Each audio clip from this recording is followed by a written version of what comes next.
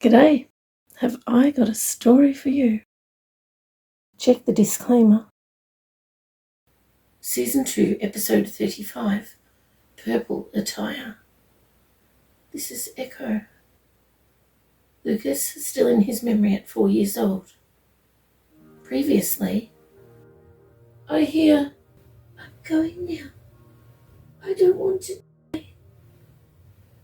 It's the tiny baby in my mind. They're not blocking her.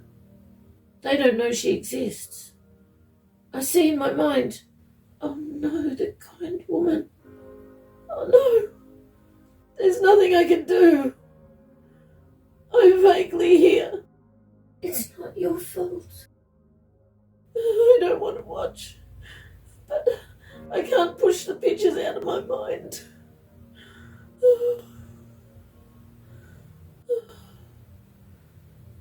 I feel numb.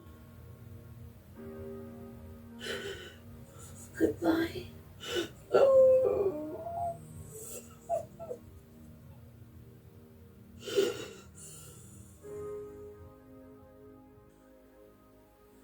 I feel numb.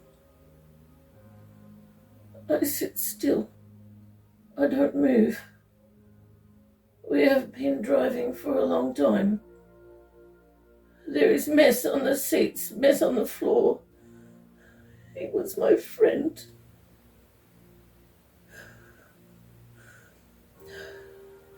I have to make myself forget what this mess is. I want my friend back. I want the baby back and her dad and Mum. I hope her Mum will remember what I whispered to her. The tiny baby in your tummy said to tell you that she's so glad you're her Mum. I want my Mum and Dad back. I want to be with my sister. I want to start this day again before this all happened. I want to go back to yesterday. I want to warn my dad. I want to make sure we leave before any of this happened.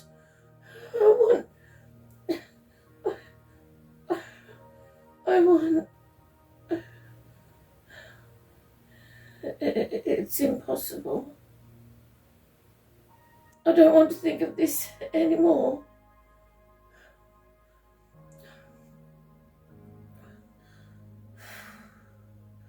I sit still.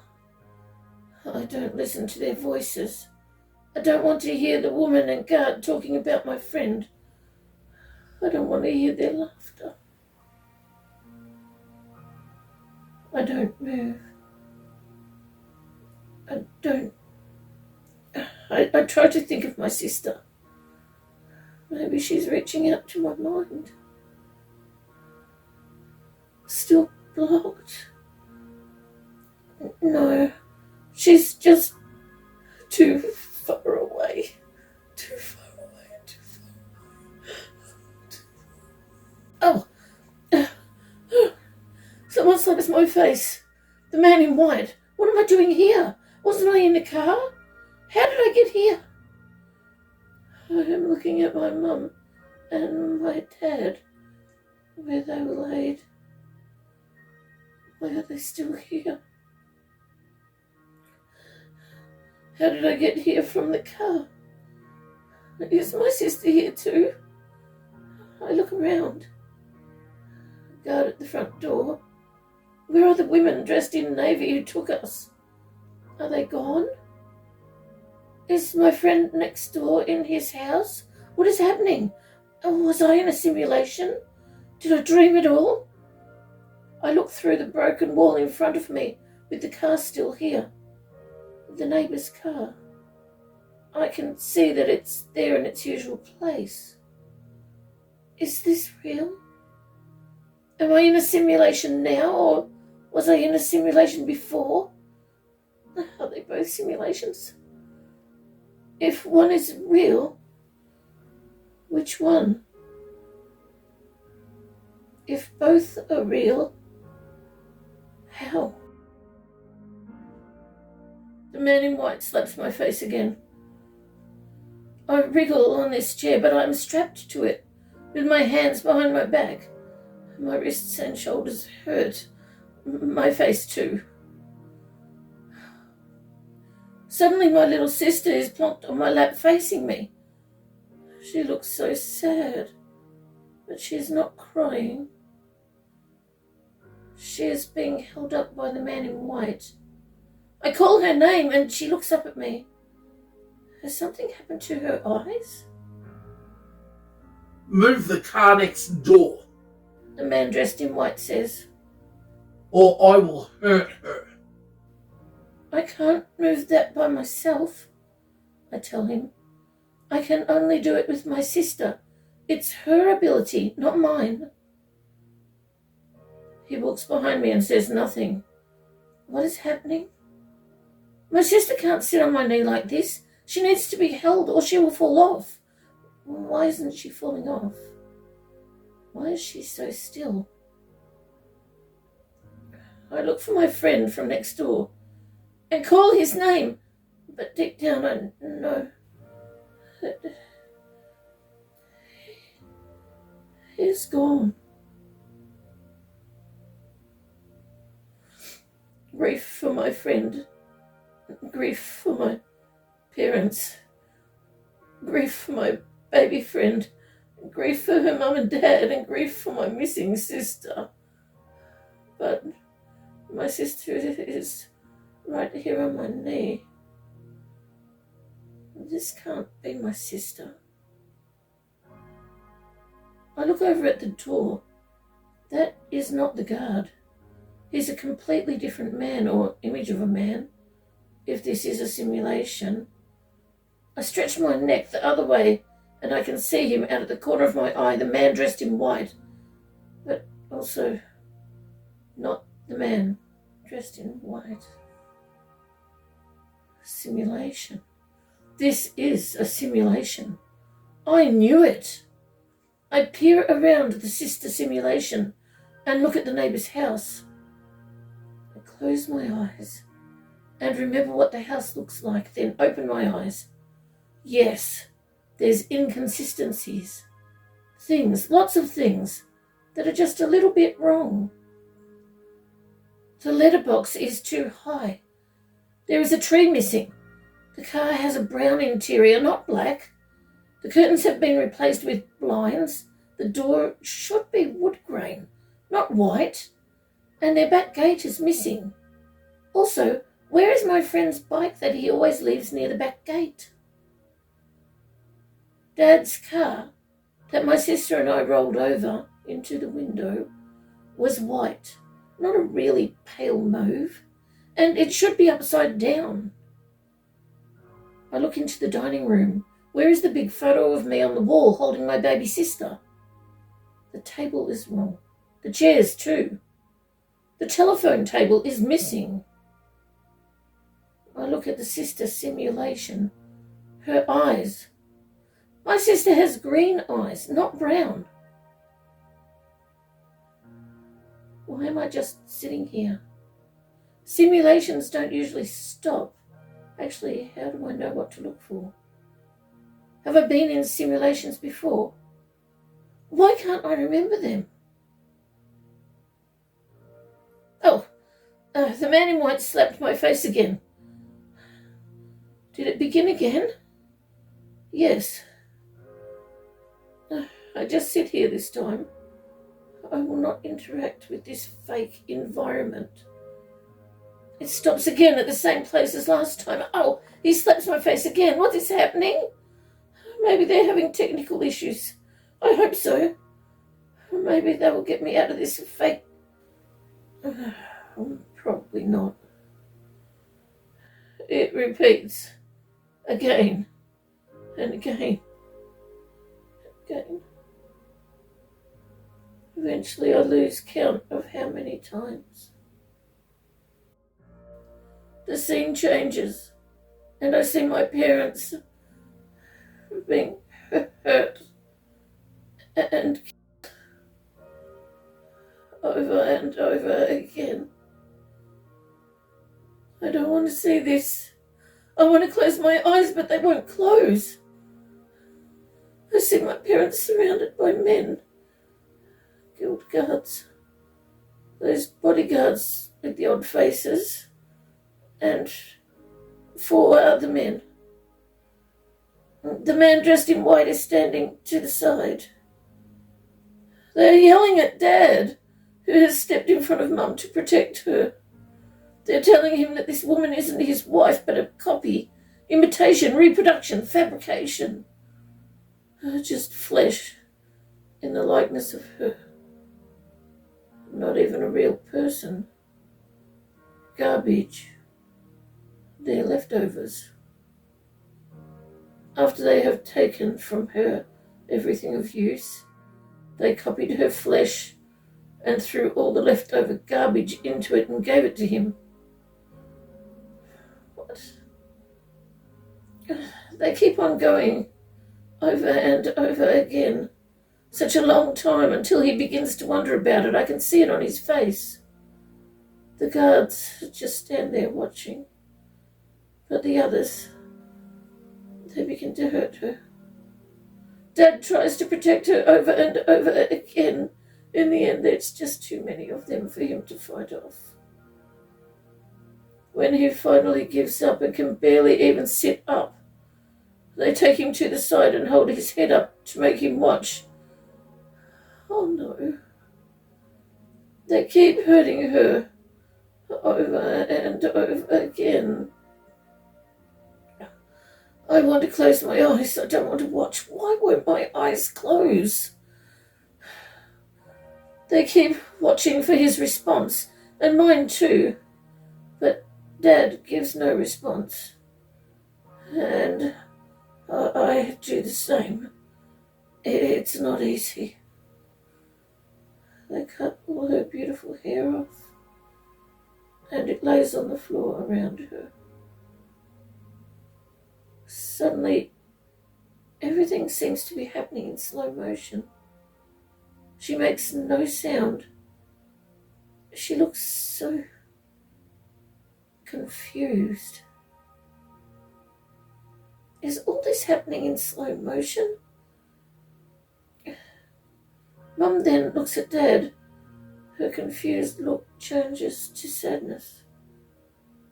The man wearing white ends her life. She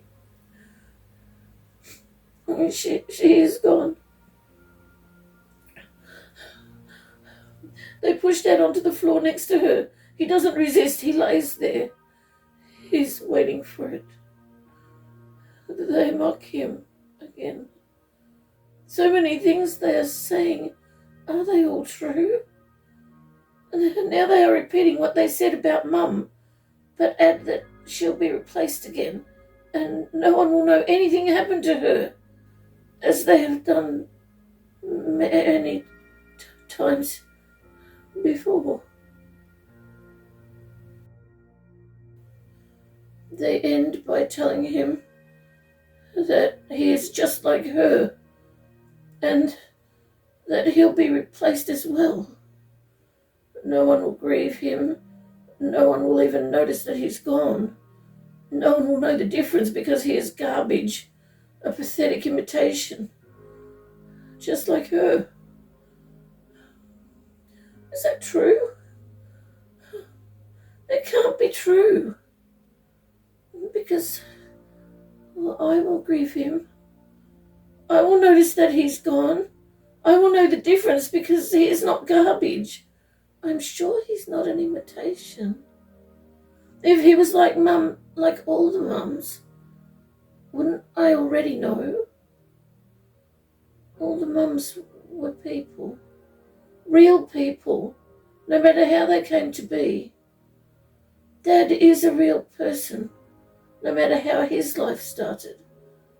And they are people, real people, aren't they? Didn't his life start differently to Mum's? To all the mums? The man dressed in white is pointing a gun at him. Where did all the other men go? I glance at the front door. A guard is there. I keep facing that way, I don't want to watch what's happening. I am grabbed by behind, one hand either side of my head, and am forced to look. No. The man dressed in white points a gun at my dad. Oh no. I don't want to watch. Why can't I look away? Now the man makes me hold the gun and puts his hand over mine. He yells at me that I did this over and over again. No, I didn't. He did it. He points the gun and pushes my finger on the trigger. Oh, it makes my body jerk up as my hand and arm move. I look at my dad's face. Oh no. I unwillingly watch until Dad is gone.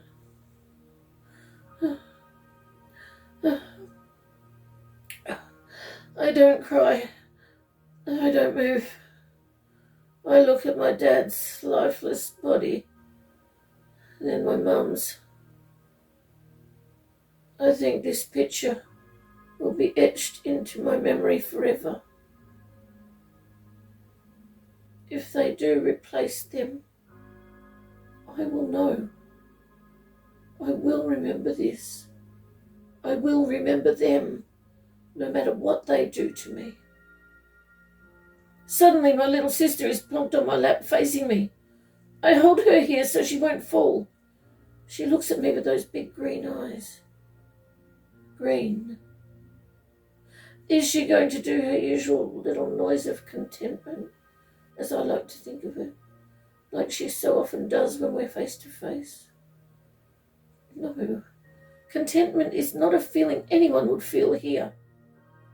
I wait for her head to lower a bit and ever so slightly tip to the right. She's not doing that either. Why? I look into her eyes. Is this my sister? What is wrong with her? What have they done to her? The man dressed in white is putting my hand around something. It's hard holding my sister with one hand. He pulls my arm up and... No. No!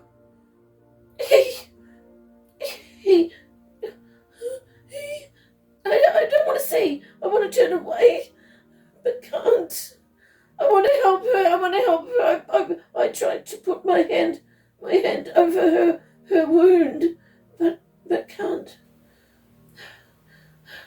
I try to pull her close, but can't. The man won't let me.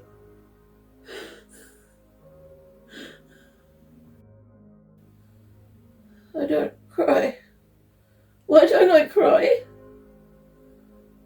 The man grabs her by the foot, and she is dangling in front of me with her eyes wide open. I know that the man in white wants a reaction from me. I'm not going to give him one. Someone, the guard from the front door, puts the outdoor garbage bin down and it makes a loud clattering noise. He takes the lid off. The man puts my sister into the bin and says, That's where she belongs. Garbage belongs in the garbage bin. I look at my sister in the bin. She is not garbage. I don't cry. Why don't I cry? I look at the bin lid on the floor next to it. It's painted white. When did Dad paint it white? I look at Dad on the floor. There are a lot of bullets in him. How many bullets does a gun hold? I look at Mum. Haven't I seen this before? As I look around, I notice many things that aren't quite right. No dishes on the floor from the dish drainer when the car broke the window. The car is sideways and not upside down. The curtain in the neighbour's house is closed. They never closed those curtains. Where is the side fence? It's gone. Why are the houses beyond the neighbour's house blurry? I can't focus on them. The crystal cabinet in the dining room is empty. The table is too long, and there are 6 chairs, but we only have 5 chairs because one broke. I continue looking around, and I know that this is a simulation. I look at the front doorway and remember my neighbour standing there. He rescued us and lost his life because of it. My sister is still alive, I'm sure she is. My mum and dad were. I look at the simulated mum and dad. They're similar, but not the same. Our new baby friend and her mum and dad who tried to help us. They were murdered as well. The guard from the front door puts another garbage bin down, and it makes a louder noise than the first.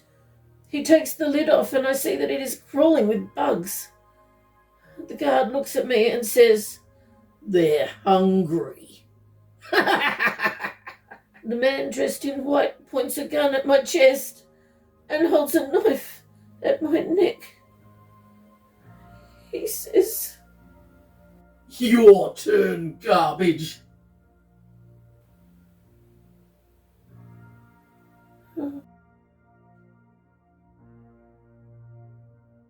My new mum and I are sitting on the floor next to Lucas.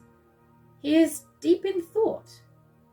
I have seen this before at the guild, and I have learned what to do. Don't touch them, just sit with them. They are usually recalling something, remembering their lives that were stolen from them. Mum and I sit on the floor with him, but get up to greet new people each time the portals appear. This time I watch 4 people exit the elevator with linked arms. They only just fit next to each other. A very tall man, a small boy, and 2 girls. They each have a bag of clothes with them. Those 2 girls seem familiar. Do I know them? Oh, I am now getting hugged. As I hug her back, I can see over her shoulder the very skinny boy in the elevator. He is my new friend. He grins at me as the doors close. He is responsible for making sure the portals disappear. As I hug the second girl back, I realize who they are. They are guild agents. Were guild agents, but not anymore. I noticed that they were not in the groups of agents that we helped rescue today. That seems like such a long time ago, but it's only been about an hour. I watch my new mum and aunties welcome the man and the boy, and one of them goes with them to show them their room. I'm so grateful for such a lovely new family.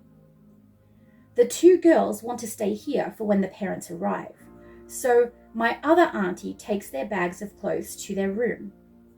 They are looking forward to seeing all the smiling faces of the others who arrive. They are interested to find out that our new dad is the principal guild master. They sit with us, near Lucas in between portals. We watch many more come through. There are even more elves from a different facility. I ask my mum and aunties just to make sure. Yes, our mum and 2 aunties will be going to the same place as us when we are allocated new homes. I hope their houses are close enough to walk to from ours. One auntie is now standing with her family, such a big group, and they look so good together. They are all people that she tried to help at the facility. A man, probably her husband in the future, it is easy to see that they love each other, holding hands tight. He was previously called a log. 2 older girls with very round tummies. They are now her younger sisters. They were previously called breeders. The babies they are carrying will be her nieces. Does that make the breeder girls our aunties as well? They look only about a year or 2 older than us. Will their babies be our cousins? Wow! Our family is much bigger than I first thought. There are 4 little blonde-haired boys who look a bit like my new auntie. Actually, they look a lot like her. They are her new sons, previously beautiful boys. More cousins! An older lady who will be her mum, and the breeder's mum, and the beautiful boy's grandma. She will also be the grandma of many grandchildren and help when they are born. Wow! That's both breeder's triplets and Aleph's triplets when they arrive a lot later. This is all getting a bit confusing. All 3 Alephs here have just recently had 3 little girls each put into their wombs. They all swapped places with the older breeders at the facility on their day of implantation. Another portal, and only 2 step through this time. The 2 girls rush over to them, and I can see the relief on their dad's face as he hugs them. Families reunited and new families made. I will never get tired of seeing this. My auntie has gone to the top floor with her family. No wonder they need half a floor all to themselves. Another new family is already occupying the other half. I sit back near Lucas with Mum, and we silently wait. I was surprised when Mum listened to me when I told her what was likely happening with him. Most adults at the guild just dismissed everything I said as though because I was young, I was not worth listening to. I heard the words, "Hold your tongue," far too often. I wish our new dad would come back. Grandma, too. Still thinking of his memory, Lucas at 12 years old continues. I remember everything seemed to be happening in slow motion. The man dressed in white kept pointing a gun at my chest and holding the knife at my neck. He repeated, "Your turn, garbage." Then I heard the guard again. "Bug food." I remember that just before he moved that knife and pulled the trigger, I tilted my head, just like my sister does, looked up at him and asked, "Why?" I knew that would not be the response they wanted. I was not going to give them any response that they wanted. I know that the simulation wasn't real. All the simulations. But my memory of it affects me as though it was real. Those images. Why did they do that to me? Actually, I know the answer to that question. I open my eyes and see Lance sitting next to me on the floor. He's looking concerned. Our new mum and Aleph. The new name she chose is Anna May. How beautiful. She is sitting on the floor with us. I look at her concerned face. Those men, they're wrong. Those people who say such awful things. Wrong. The ones who begin life differently to us, like the Alephs. They are people. Real people. We just sit here in silence for a long time. How did they know to just sit with me while I remembered?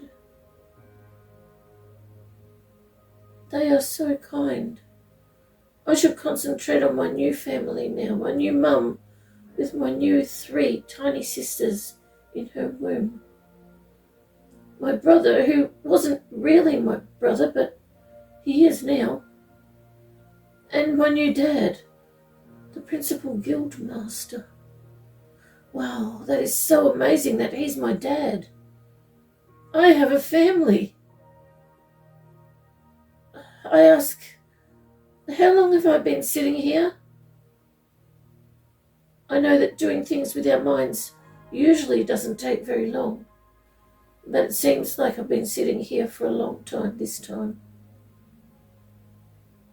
Anna May, Mum, looks at her watch. 3 hours. I've been sitting here for 3 hours. They tell me that many rescues have come through while I was lost in thought. I hear a portal open in the elevator. We go and stand with the other 2 Elifs. I should ask them their new names. Maybe later. I watch many people exit that elevator, all so happy to be free. I hope my new dad is okay. I hope he returns soon. I watch as children in lots of different colour clothes come through the portal. It's odd to see so many different colours. At the guild, almost everyone wore navy blue. Behind all the children, I see my new dad step out. He's back. He is walking over to us, smiling. He says that he has found 2 more of his biological children, like Lance and me. What? We are his biological children? How? Are we actually brothers? Or maybe half-brothers? He steps aside and I see 2 children who just arrived, both dressed in purple. It's odd to see purple attire so close to navy, but not quite. One has red hair and the other has brown. Suddenly our minds connect, and I know who one of them is. I rush to hug her. I knew my sister was alive. I knew it.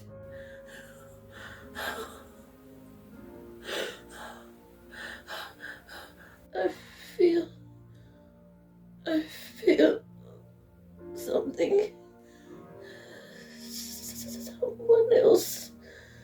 Someone else in my mind.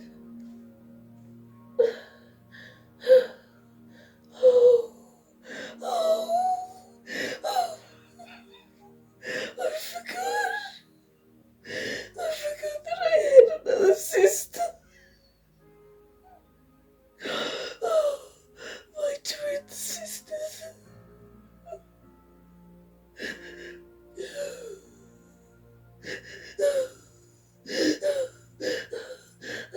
I love you both.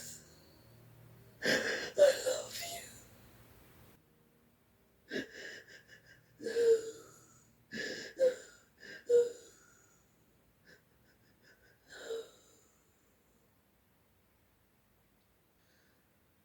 Thank you so much for joining me with a cuppa.